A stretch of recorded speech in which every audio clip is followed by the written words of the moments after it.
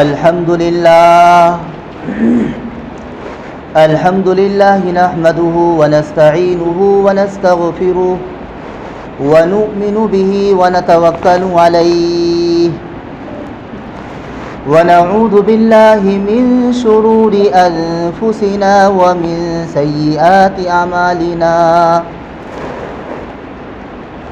من يهده الله فلا مضل له ومن يضلله فلا هادي له ونشهد أن لا إله إلا الله وحده لا شريك له ونشهد أن سيدنا وسندنا ونبينا ومولانا محمدا عبده ورسوله قال الله تبارك وتعالى في القرآن المجيد والفرقان الحميد فأعوذ بالله من الشيطان الرجيم بسم الله الرحمن الرحيم والذين جاهدوا فينا لنهدينهم سبلنا وإن الله لمع المحسنين وقال النبي صلى الله عليه وسلم يا أبا سفيان جئتكم بكرامة الدنيا والآخرة أو كما قال عليه الصلاة والسلام اللهم صل على سيدنا محمد وعلى آل سيدنا محمد وبارك وسلم اللهم صل على سيدنا محمد وعلى آل سيدنا محمد وبارك وسلم اللهم صل على سيدنا محمد وعلى آل سيدنا محمد وبارك وسلم.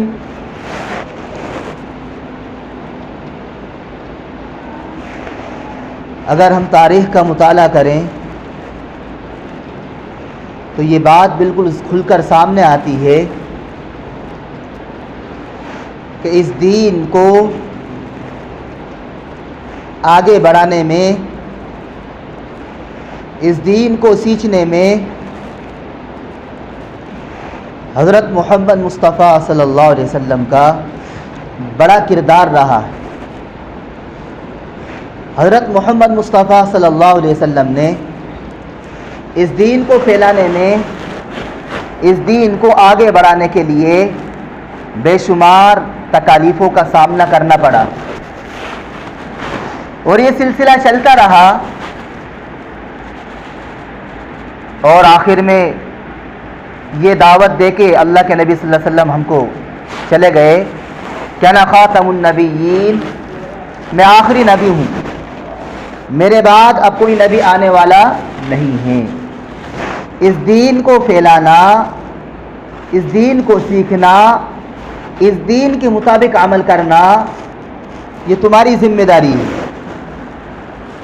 تو یہ سلسلہ چلتا رہا.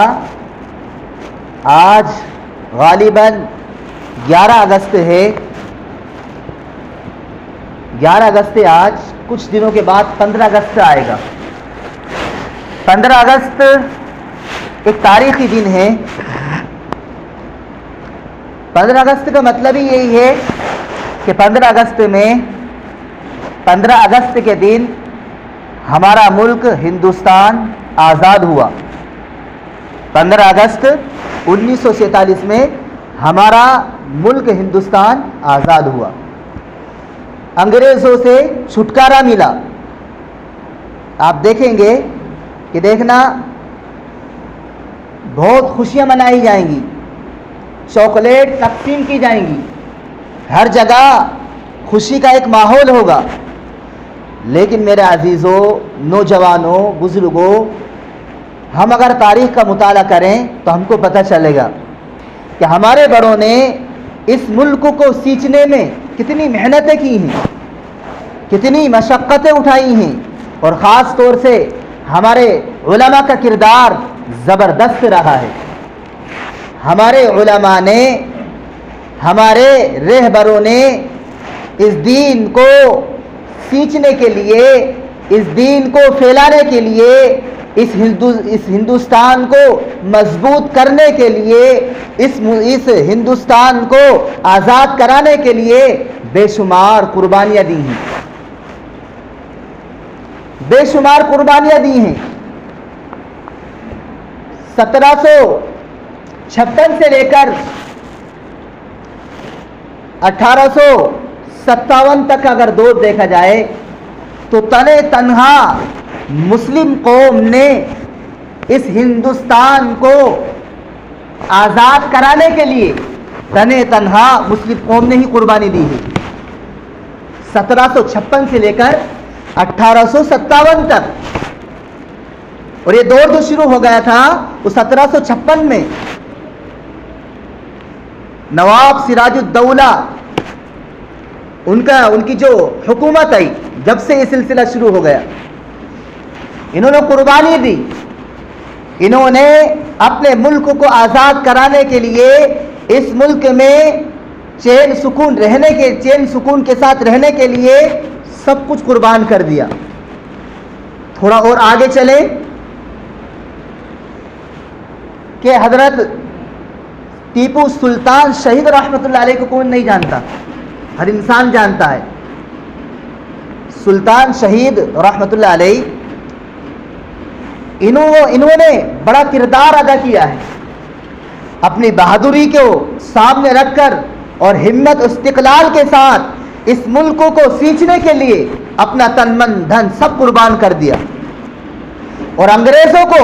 سب سے زیادہ اگر ڈپکا تھا اور سب سے زیادہ اگر ڈر تھا وہ سلطان شہید رحمۃ اللہ علیہ سے تھا۔ اور انگریز یوں کہتے تھے کہ سلطان شہید، یہ سلطان ٹیپو سلطان یہ سب سے بڑا روڑا ہے، یہ سب سے بڑی آڑ ہے، اس آڑ کو سب سے پہلے ہم کو ختم کرنا چاہیے، اور اس انسان کو سب سے پہلے اپنے بیچ سے ہٹانا چاہیے، اور اس کو سب سے پہلے ہم کو قتل کرنا چاہیے۔ یہ منصوبہ بنایا انگریزوں نے۔ لیکن سلطان شہید رحمۃ اللہ علیہ نے اپنی جماعت کے ساتھ لوگوں کا مقابلہ کیا، اس دین کو آگے بڑھانے کے لیے، اس دین کی حفاظت کے لیے، اس دین کو سیکھنے اور سکھانے کے لیے اپنے قافلے کو روانہ کیا۔ لیکن کہتے ہیں نا کہ کب تک چلتا رہے،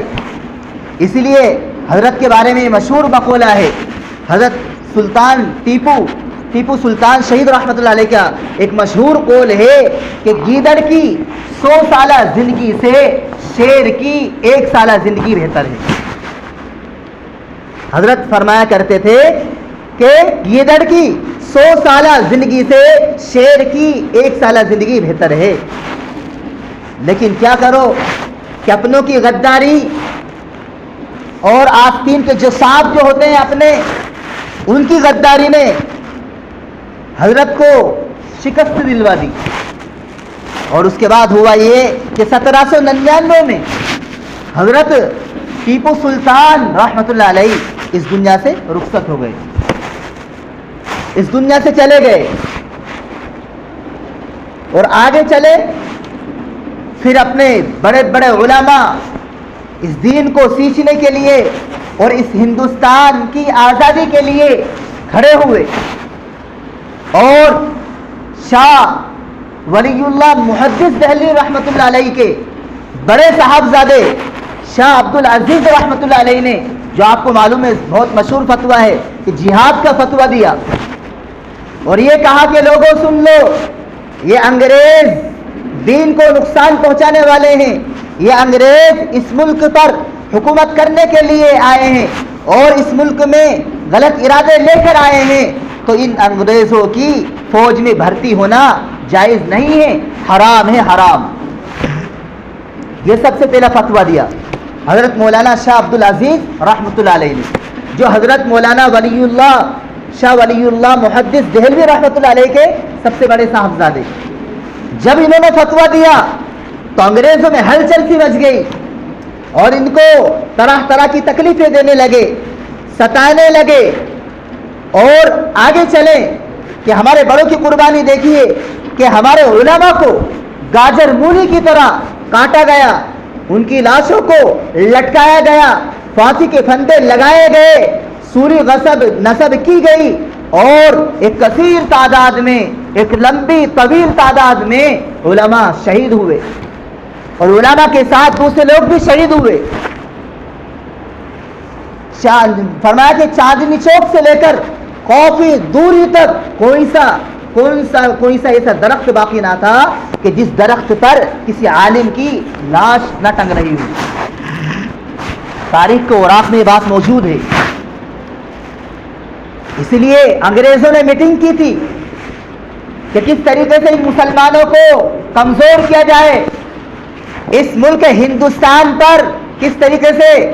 حکومت کی جائے، اور ان مسلمانوں کے ایمان کو کس طریقے سے ختم کیا جائے، ان کے ایمان کو کس طریقے سے کمزور کیا جائے، کس طریقے سے ان میں آپس میں نفرتیں بانٹی جائیں اور آپس میں ان کو کمزور کر کے اس ہندوستان پر ہم حکومت کریں۔ جب ان لوگوں کی جب میٹنگ ہوئی، بات کو غور سے سننا، بہت حساس موضوع ہے، بہت غور سے اور سنجیدہ مزاج کے ساتھ سننا، بالکل سنجیدہ ذہن کے ساتھ سنیے آپ، کہ جب انگریزوں کی جب میٹنگ ہوئی تو بات یہ آئی کہ رائے دو، مشورہ دو کہ کس طریقے پر، آخر وہ کون سا طریقہ ہے کہ جس طریقے کو اپنایا جائے اور اس طریقے کو اپنا کر اس ہندوستان پر ہماری بادشاہت چلے، اس ہندوستان کے مسلمان ہمارے کہنے پر زندگی گزارے، ہمارے مشورے پر زندگی گزارے، اس ہندوستان پر ہماری حکومت ہو، ہمارے ارادے چلیں اور ہمارے اصول کے مطابق یہ ایمان والے مسلمان زندگی گزارے، کس طریقے سے ان کو کمزور کیا جائے۔ جب انگریزوں میں جب یہ میٹنگ ہوئی تو ایک شخص نے، باقی دوسرے لوگوں نے بھی مختلف رائے دی، ایک انگریز کھڑا ہوا کہ دیکھیے رائے تو بہت ساری آ چکی ہیں، لیکن میری ایک رائے ہے جو بہت بہتر رائے ہے، آپ سب سوچنا سمجھنا اور اس کے اوپر بالکل بڑا سنجیدہ مزاج کی، بڑا سنجیدہ ذہن کے ساتھ سوچنا، بہت بہتر رائے دے رہا ہوں۔ لوگوں نے کہا کہ بتاؤ کیا رائے ہے؟ تو اس انگریز نے یوں کہا تھا کہ دیکھو، اگر تم مسلمان کو کمزور کرنا چاہو اور مسلمان کے ایمان کو اگر ختم کرنا چاہتے ہو، مسلمانوں کے اوپر حکومت کرنا چاہتے ہو، ان کے اوپر اپنی بادشاہت چاہتے ہو، تو واحد صرف اور صرف ایک ہی راستہ ہے کہ وہ راستہ اگر اختیار کر لیا جائے، اس راستے کے اوپر اگر ہم سب عمل کریں گے، اس راستے پر اگر چلیں گے تو ہم مسلمانوں کے اوپر حکومت کر سکتے ہیں، ہم ان کے ایمان کو چھین سکتے ہیں، ہم ان کے ایمان کو ختم کر سکتے ہیں، اور ان ایمان والوں کو، ان مسلمانوں کو ہم غلام بنا کر رکھ سکتے ہیں۔ وہ مشورہ یہ ہے کہ سب سے پہلا کام یہ ہے، سب سے پہلا مشورہ یہ ہے کہ ان کے جو علماء ہیں، ان کے جو رہبر ہیں، ان کے جو دین کے جو جاننے والے ہیں، سب سے پہلے ان کو قتل کیا جائے، سب سے پہلے ان کو قتل کیا جائے، ان کو گاجر مولی کی طرح کاٹا جائے اور ان کو نیست و نابود کیا جائے۔ جب ہم یہ کام کر لیں گے، جب ہم ان کے علماء کو ختم کر دیں گے، جب ہم ان کے علماء کو گاجر مولی کی طرح کاٹ دیں گے، تو پھر ہوگا یہ کہ ان کو کوئی سمجھانے والا نہیں ملے گا، ان کو صحیح دین بتانے والا نہیں ملے گا، ان کو صحیح تاریخ بتانے والا نہیں ملے گا کہ ہندوستان کی تاریخ کیا ہے، دین کیا ہے، شریعت کیا ہے، اللہ کے احکامات کیا ہیں، نبی کے طریقے کیا ہیں، نبی کے پیغام کیا ہے، نبی کا طریقہ کیا تھا، نبی کس طریقے سے زندگی گزارتے تھے۔ یہ اگر علماء ختم ہو جائیں گے، ان کے اوپر اگر ہم نے قابو پا لیا اور ان کو اگر ہم نے قتل کر دیا، تو پھر ہماری پورے ملک میں حکومت رہے گی۔ اور آگے بڑھ کے ایک بات اور کہتا چلوں، ایک اور جب ان کی میٹنگ ہوئی اور جب مشورہ ہوا، اس مشورے میں میٹنگ میں ایک بات یہ بھی آئی تھی کہ دیکھو، ان کا جو جمعہ ہوتا ہے، جمعے والا جو دن ہوتا ہے، یہ جمعے والا دن جو ہوتا ہے، اس میں یہ تمام ایمان والے مسلمان مسجد میں جمع ہوتے ہیں، کہ جو جمعے کے علاوہ نماز نہیں پڑھتے وہ سب فرمایا جمع ہو جاتے ہیں، آڑے دن جو نماز نہیں پڑھتے وہ جمعے میں حاضر ہو جاتے ہیں، اور پھر حاضر جب ہوتے ہیں تو ان کا عالم دین، ان کا رہبر، ان کا جو دین کا جاننے والا، وہ کھڑا ہو کر ممبر پر لوگوں کو پیغام دیتا ہے، لوگوں کو صحیح دین سمجھاتا ہے، لوگوں کو صحیح شریعت سمجھاتا ہے، اور ان کی ذہن سازی کرتا ہے، ان کے اندر ولولہ پیدا کرتا ہے، اور وہ جوش اور ولولہ کے ساتھ دین کو سمجھاتا ہے، تو ان لوگوں میں ہوتا یہ ہے کہ پھر ایمان والوں میں ایک چنگاری سی جل جاتی ہے، وہ ایک چنگاری فما سلگنے لگتی ہے۔ تو ان کا جو جمعے والا جو مسئلہ ہے، ان کے جمعے کو ختم کیا جائے، ان کے جمعے کے اوپر پابندی لگائی جائے، اور جب ان کا جمعہ نہیں ہوگا، ان کو کوئی سمجھانے والا تو نہیں ہوگا، ان کو جب سمجھائیں گے کوئی بھی نہیں، تو پھر یہ کھوکھلا ہو جائیں گے۔ جب کھوکھلا ہوں گے تو پھر ہم ان کے اوپر جس طرح چاہیں جیسا چاہیں حکومت کر سکتے ہیں۔ یہ بات بھی اس میں لکھی ہوئی ہے۔ میرے عزیزو، آج ہم سوچتے ہیں کہ دین ٹھیک ہے، نماز پڑھ لی ہو گیا کام، چند رکعتیں پڑھ لی ہو گیا کام، یا صرف جمعے کی نماز پڑھ لی 8 دن کی چھٹی ہو گئی، یا صرف چند رکعتیں یا چند نمازیں پڑھ لی ہو گیا۔ اس دین کے خاطر ہمارے بڑوں نے کیسی کیسی قربانیاں دی ہیں، خاص طور سے اس ہندوستان کو سینچنے کے لیے، اس ملک کو آزاد کرانے کے لیے ہمارے بڑوں نے اور خاص طور سے ہمارے علماء نے جو کردار نبھایا ہے، وہ تاریخ میں فرمایا کہ دوسرے لوگوں نے نہیں نبھایا۔ جیسا کہ میں نے آپ کو بتایا کہ 1756 سے لے کر 1857 تک تنہ تنہا مسلم قوم نے اس ہندوستان کو سینچنے کے لیے قربانیاں دی ہیں، اپنی جان کو قربان کیا ہے، اپنی جوانی کو قربان کیا ہے، اپنے مال کو قربان کیا ہے، کروڑوں سے اس ملک کو سینچنے کے لیے اپنی رقم کو لگایا ہے۔ ہاں، کوئی یوں ہی یہ ملک آزاد نہیں ہوگا، ہو گیا۔ یہ 15 اگست جو آ رہا ہے، 15 اگست 1947 میں ہمارا ملک آزاد ہوا تھا۔ یہ ملک، اس ملک کو سینچنے میں ہمارے بڑوں نے کیسی کیسی قربانیاں دی ہیں کہ وہ جان پر کھیل گئے، وہ شہید ہو گئے، انہوں نے اپنا مال کو لٹوا لیا، اپنا گھرانہ کو قتل کروا لیا، شہید ہو گئے، لیکن پھر بھی یہ بھی کہنے لگے چاہے ہم کٹ جائے، چاہے کچھ بھی ہو جائے، لیکن ہم دین سے ہٹ نہیں سکتے، یہ ملک ہمارا ہے اور ہمارا ہی رہے گا۔ اس ملک کو سینچنے میں ہمارے بڑوں نے قربانی دی ہے۔ آپ نے نام سنا ہوگا حضرت مولانا جعفر علی رحمۃ اللہ علیہ، حضرت مولانا اور جو مولانا جعفر علی تھانیسری رحمۃ اللہ علیہ، اور مولانا محمد شفیع لاہوری رحمۃ اللہ علیہ، اور ان کے ساتھ ایک اور عالم دین تھے یحییٰ علی رحمۃ اللہ علیہ۔ یہ 3 علماء، حضرت مولانا جعفر علی تھانیسری رحمۃ اللہ علیہ، حضرت مولانا یحییٰ علی اور مولانا محمد شفیع لاہوری رحمۃ اللہ علیہ، یہ 3 علماء، جب ان علماء کے بارے میں انگریزوں نے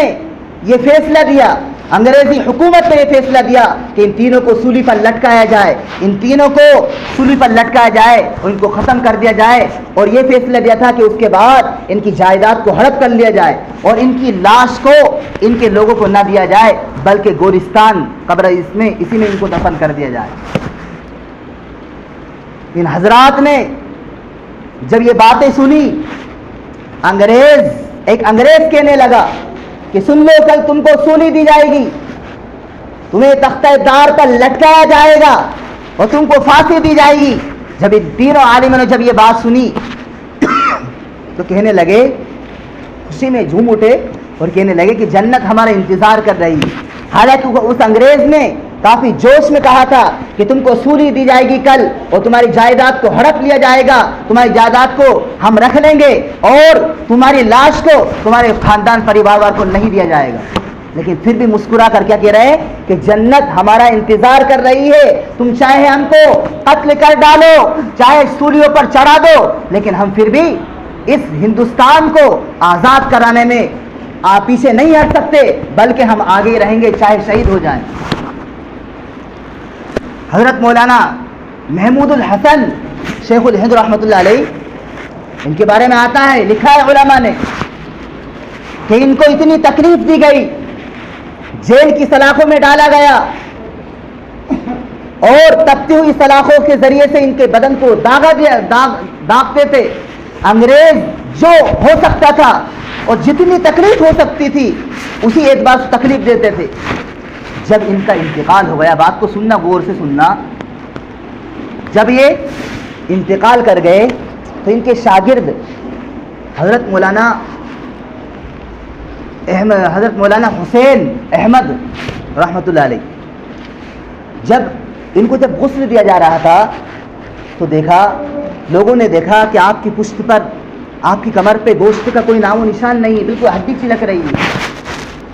اور بالکل ڈھانچہ ہے. تو لوگوں نے کہا کہ آخر کیا بات ہے، ہمارے حضرت اس دنیا سے رخصت ہو گئے اور اتنا لاغر اور کمزور بدن کہ گوشت کا کوئی نام و نشان نہیں، ہڈی چلک رہی ہے، ہڈی دکھ رہی ہے. تو حضرت کے، حضرت شیخ الہند کے جو شاگرد، انہوں نے کہا، ان کی آنکھ بھی اشک بار ہو گئی، روتے ہوئے کہا کہ لوگوں، میرے استاد نے مجھ سے یہ نصیحت کی تھی اور مجھے یہ بتایا تھا کہ بیٹا یہ کسی کو راز نہ بتانا، لیکن کیا کروں میں، اب تو یہ دنیا سے رخصت ہو گئے، بتانا پڑ رہا ہے کہ میرے استاد محترم کو یہ جو آپ دیکھ رہے ہیں بدن اتنا کمزور ہو گیا اور جو یہ دیکھ رہے ہیں کہ آپ بالکل ہڈی کا ڈھانچہ ہے، میرے استاذ کو شیخ الہند رحمۃ اللہ علیہ کو مالٹا کی جیل میں اور جیل کی سلاخوں میں جب ڈالا گیا تو انگریز تکلیف دیتے تھے اور یوں کہتے تھے کہ تو اپنے فتویٰ سے باز آ جا اور لوگوں میں یہ کہہ دے کہ انگریزوں سے ہاتھ ملا لو، انگریزوں کی دعوت پر لبیک کہہ لو اور انگریزوں کے مشورے کے مطابق زندگی گزار لو. تو حضرت کہتے تھے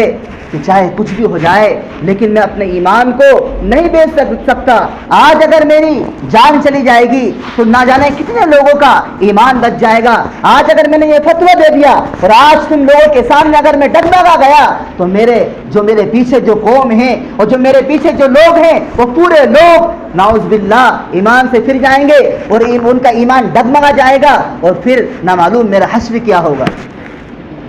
اس لیے حضرت مولانا آزاد رحمۃ اللہ علیہ کے بارے میں لکھا ہے. دوستو بزرگوں، ہم تاریخ تو پڑھیں. آج ہماری قوم اپنی ہی تاریخ بھول گئی، آج ایمان والوں کو اپنی تاریخ نہیں معلوم. ہم جب پڑھیں گے سنیں گے تو ہم کو پتہ چلے گا کہ ہم نے اس ملک ہندوستان کو کیسے سینچا ہے اور اس ملک کو سینچنے میں، اس ملک کو آزاد کرانے میں ہمارے بڑوں نے کیسی کیسی قربانیاں دی ہیں. حضرت مولانا آزاد رحمۃ اللہ علیہ، ابوالکلام آزاد رحمۃ اللہ علیہ کو کون نہیں جانتا ہے. جب ان کو جیل میں ڈالا گیا اور ان سے کہا گیا کہ آپ کی بیوی کا انتقال ہو چکا ہے، بہت مختصر بتا رہا ہوں، واقعہ بہت لمبا ہے. جب ان سے کہا گیا کہ آپ کی بیوی کا انتقال ہو گیا ہے، آپ کچھ وقت کے لیے چلے جائیں، حضرت مولانا ابوالکلام آزاد رحمۃ اللہ علیہ نے کیا کہا آپ کو معلوم ہے؟ آپ نے فرمایا کہ لوگوں، جو تم مجھے وقت کی بھیک دے رہے ہو، تم مجھے یہ کہہ رہے ہو کہ چند گھنٹے تم جا سکتے ہو، یہ وقت کی بھیک قبول نہیں ہے. میری اہلیہ محترمہ اس دنیا سے رخصت ہو گئی، انتقال کر گئی، ٹھیک ہے، میں حوض کوثر پر آپ سے ملاقات کروں گا. مجھے نہیں چاہیے تمہارا وقت، یہ وقت کی جو تم بھیک دیتے ہو اس کی بھی ضرورت نہیں ہے. آج اگر میں چلا گیا تو لوگ یوں کہیں گے کہ دیکھیے کہ جب اہلیہ محترمہ کا انتقال ہوا تو دیکھیے آ گئے. تو لیکن مجھے نمونہ بننا ہے، مجھے اپنی قوم کا نمونہ بننا ہے، اپنی قوم کو، اپنے لوگوں کو یہ درس دینا ہے اور لوگوں کو یہ سنانا ہے کہ لوگوں، یہ ملک ہندوستان کوئی یوں ہی آزادی جو ہم کو یوں ہی نہیں مل گئی کہ آج ہم یوں کہ صرف ہم اپنی زبان کو، اپنے دل کو ٹھنڈا کر لیتے ہیں کہ 15 اگست 1947 میں ہمارا ملک آزاد ہوا. نہیں میرے عزیزوں، بلکہ اس ملک کو سینچنے کے لیے، اس ملک کو پروان چڑھانے کے لیے، اس ملک میں بہار لانے کے لیے ہمارے بڑوں نے اور خاص طور پر ہمارے علماء نے وہ قربانیاں دی ہیں کہ تاریخ بھی آج دنگ ہے. آج سلطان شہید رحمۃ اللہ علیہ کے بارے میں لوگ کیا کہتے ہیں کہ آپ کے چہرے پر داڑھی نہیں تھی. اللہ اکبر، لوگوں نے ہماری تاریخ کو بھلا دیا. آج ہم نے تاریخ کو پڑھنا چھوڑ دیا، تاریخ کو سننا چھوڑ دیا، جس کی وجہ سے آج ہمارے بڑوں کی تاریخ مٹا دی گئی، آج ہمارے بڑوں کی تاریخ کو بھلا دیا گیا. جب ہم تاریخ پڑھتے، اپنی جو قوم تاریخ جب بھول جاتی ہے تو قوم کی بھی کوئی حیثیت نہیں رہتی. جبکہ ہم اگر تاریخ پڑھیں تو حضرت کے بارے میں لکھا ہے، سلطان شہید رحمۃ اللہ علیہ کے بارے میں لکھا ہے کہ آپ کا چہرے پر داڑھی تھی، آپ باشرہ تھے، آپ تہجد گزار تھے، آپ وقت کے ولی تھے جبکہ بادشاہ تھے، لیکن کبھی نماز نہیں چھوٹتی، کبھی نماز قضا نہیں ہوتی. اللہ اکبر، آج ہم چند بہانوں پہ تھوڑا سا عذر آ گیا، نماز چھوٹ گئی، تھوڑا سا کھیتی باڑی کا کام آ گیا نماز چھوٹ گئی, تھوڑی سی اگر ہم کو تھوڑی سی کمزوری آ گئی روزہ چھوٹ گیا, تھوڑا سا اگر کام آ گیا روزہ چھوٹ گیا. لوگوں سے ہم جب پوچھتے ہیں تو صاحب ابھی کیا کرے, کام چل رہا ہے, بس صرف تھوڑی سی بونی ہو جائے اس کے بعد تو انشاءاللہ میں نماز پڑھنے والے بن جاؤں گا, تو تھوڑی سی دوا چھینٹ لوں اس کے بعد تو اللہ کے راستے میں نکل جاؤں گا انشاءاللہ, اور تھوڑا سا کام ہے اس کو پورا کر لوں اس کے بعد تو انشاءاللہ یہ بس یہ شادی بیاہ ہو جائے میری پوتی کی, یہ پوتے کی, اس کے بعد تو اللہ کے راستے میں رہوں گا انشاءاللہ میں, اس کے بعد تو مسجد میں وقت لگاؤں گا میں, اس کے بعد تو مسجد کے لیے بالکل جوانی اور دیوانی سب ایڈ کر دوں گا. یہ سب شیطانی وساوس ہیں میرے عزیزو, شیطانی دھوکہ ہے. اپنی زندگی کے بارے میں سوچو, اپنی زندگی پر, جوانی پر, عمر پر رحم کھاؤ کہ اللہ رب العزت نے ہم کو جو جوانی دی ہے, اللہ رب العزت نے ہم کو جو عمر عطا کی ہے, اس کا مقصد کیا ہے, ہماری زندگی کا مقصد کیا ہے, کہ صرف کھانا پینا سونا یہی مقصد ہے؟ نہیں میرے عزیزو, آج ہم کو اپنی تاریخ کو یاد کرنا ہوگا, اپنی تاریخ کو سننا ہوگا اور تاریخ کے مطابق ہم کو عمل کرنا ہوگا. حضرت مولانا شیخ الہند رحمۃ اللہ علیہ کے بارے میں لکھا ہے کہ جب ان کو جیل میں ڈالا گیا, اور جب وقت پورا ہو گیا, جب وہ آ گئے, اس کے بعد لوگوں نے ایک جلسہ رکھا, ایک بڑا پروگرام رکھا. جب حضرت آئے اور حضرت نے بیان کیا, لوگوں میں جب تقریر کی, تو اس تقریر میں حضرت نے کہا کہ لوگوں, میں مالٹا کی جیل میں کافی عرصہ رہا اور مجھے ہر طرح کی تکلیف دی گئی, ستایا گیا, مجھے کوڑے مارے گئے, مجھے نہ معلوم کیسی کیسی تکلیف دی گئی, لیکن پھر بھی میں رات میں اٹھ کر اللہ سے مانگتا تھا, اللہ سے لو لگاتا تھا اور اللہ سے گڑ گڑا کر کہتا تھا, اے اللہ آخر کون سے وہ اسباب ہیں, آخر وہ کون سی وجوہات ہیں کہ جن کی وجہ سے یا اللہ آج میری قوم برباد ہو گئی, آج ایمان والے برباد ہو گئے, آج مسلمان رسوا و ذلیل ہو گئے, آج ایمان والوں کی کوئی وقت نہیں رہی, آج لوگوں میں بالکل بہت کمزوری آ گئی, یا اللہ وہ کون سی وجوہات ہیں؟ تو حضرت شیخ الہند رحمۃ اللہ علیہ نے پورے مجمع میں کہا کہ لوگوں مجھے دو ہی وجوہات لگی, میں جہاں تک پہنچا ہوں دو ہی نتیجے پر پہنچا ہوں کہ آج مسلمانوں میں, ایمان والوں میں جو کمزوری ہے, آج ایمان والوں کا ایمان ختم ہوا پڑا ہے اور بالکل کمزور ہوا پڑا ہے, اور اعمال کے اعتبار سے سستی جو ہے وہ دو ہی وجوہات کی وجہ سے ہے. سب سے پہلی وجہ یہ بتائی حضرت نے کہ قرآن سے دوری. کیا بتائی؟ قرآن سے بے رخی اختیار کرنا, قرآن کو نہ جاننا, پڑھنے کی کوشش نہ کرنا, قرآن کو نہ سیکھنا, قرآن کے مطابق عمل نہ کرنا, سب سے پہلی وجہ ہے. اسی کو حدیث شریف میں بھی ذکر کیا ہے, آپ کو بھی معلوم ہوگی کہ اللہ کے نبی صلی اللہ علیہ وسلم نے ارشاد فرمایا کہ دو چیزیں اگر ایمان والوں میں اگر ہے, دو چیزوں کا اگر تم مضبوطی کے ساتھ پکڑے رہو گے تو کبھی گمراہ نہیں ہو سکتے. اس میں کیا ہے؟ کتاب اللہ, قرآن شریف ہے نا اس میں, اور دوسری سنت رسول, اللہ کے نبی صلی اللہ علیہ وسلم کا پیغام اور حدیث ہے. تو حضرت مولانا شیخ الہند رحمۃ اللہ نے کہا کہ لوگوں, ایک تو سب سے پہلی وجہ یہ ہے کہ قرآن سے دوری اختیار کرنا, اپنے بچوں کو صحیح تعلیم نہ دینا. آج ہمارا جو المیہ یہ ہے کہ بچہ کیا پڑھ رہا ہے, بچے کا سبق کہاں چل رہا ہے, کون سا پارہ چل رہا ہے, کوئی مطلب نہیں. بس ادھر ادھر کی باتیں, اس کی ٹانگ کھینچ, اس کی برائی کر, اس کی غیبت کر, اسی میں زندگی گزر جاتی. برا مت ماننا, صحیح بتا رہا ہوں, اسی میں زندگی گزر جاتی ہے, قبر میں چلے جاتے ہیں ہم. تو سب سے پہلی وجہ یہ بتائی قرآن سے دوری, قرآن سے دوری اختیار کرنا, تعلیمی اعتبار سے انحطاط, کمزوریاں. اور دوسری وجہ یہ بیان کی آپسی اختلافات.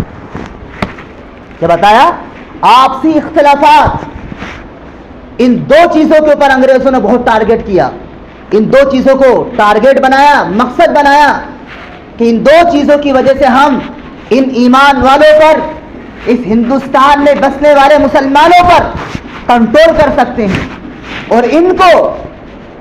اپنی غلامی میں لا سکتے ہیں.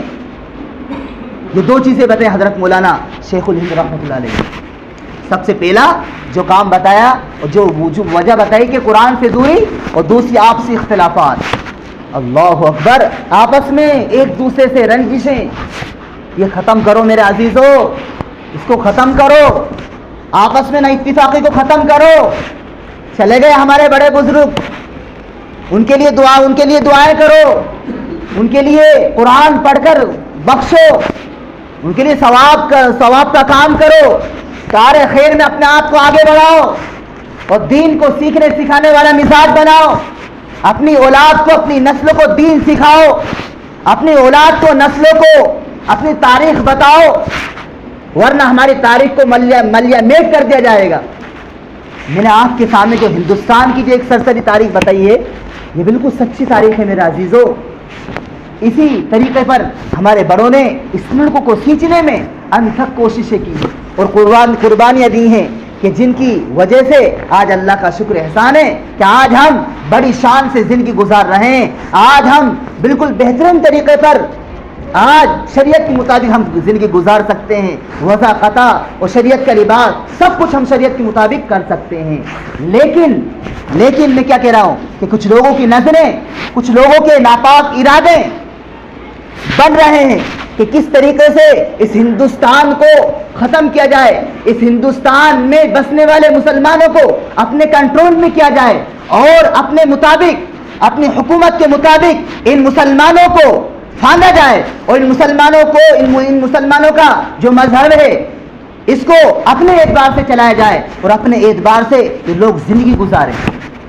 اسی لیے ایک عالم دین بیان کر رہے تھے، لوگوں سنو کہ جس قوم میں اللہ رب العزت قرآن کریم کو نازل کریں اور قرآن کریم اگر اس قوم میں موجود ہو اور وہ قوم اگر قرآن کریم پڑھ سکتی ہو لیکن پھر بھی نہ پڑھے، وہ قوم قرآن کے اوپر عمل کر سکتی ہو لیکن پھر بھی عمل نہ کرے، تو اس قوم میں اللہ رب العزت ایسے حالات پیدا کر دیں گے اور ایسا وقت آئے گا پھر وہ قوم اگر قرآن کریم پر عمل کرنا چاہے تو نہیں کر سکتی، قرآن کے مطابق زندگی گزارنا چاہے نہیں گزار سکتی۔ اللہ نے آج ہم کو وقت دیا ہے، آج اللہ رب العزت نے ہم کو بہترین جوانی دی ہے، ہم کو صحیح دین دیا ہے، ہم کو اس دین کو سیکھنا بھی ہے، اس دین کے مطابق عمل بھی کرنا ہے، ہمارے بڑوں کی جو تاریخ ہے اس تاریخ کو یاد بھی کرنا ہے، اس تاریخ کے مطابق ہم کو بھی ہمت اور استقلال کے ساتھ دین کی خدمت کرنا ہے اور دین کے مطابق عمل کرنا ہے۔ اللہ عمل کی توفیق عطا فرمائے۔ وآخر دعوانا الحمدللہ رب العالمین۔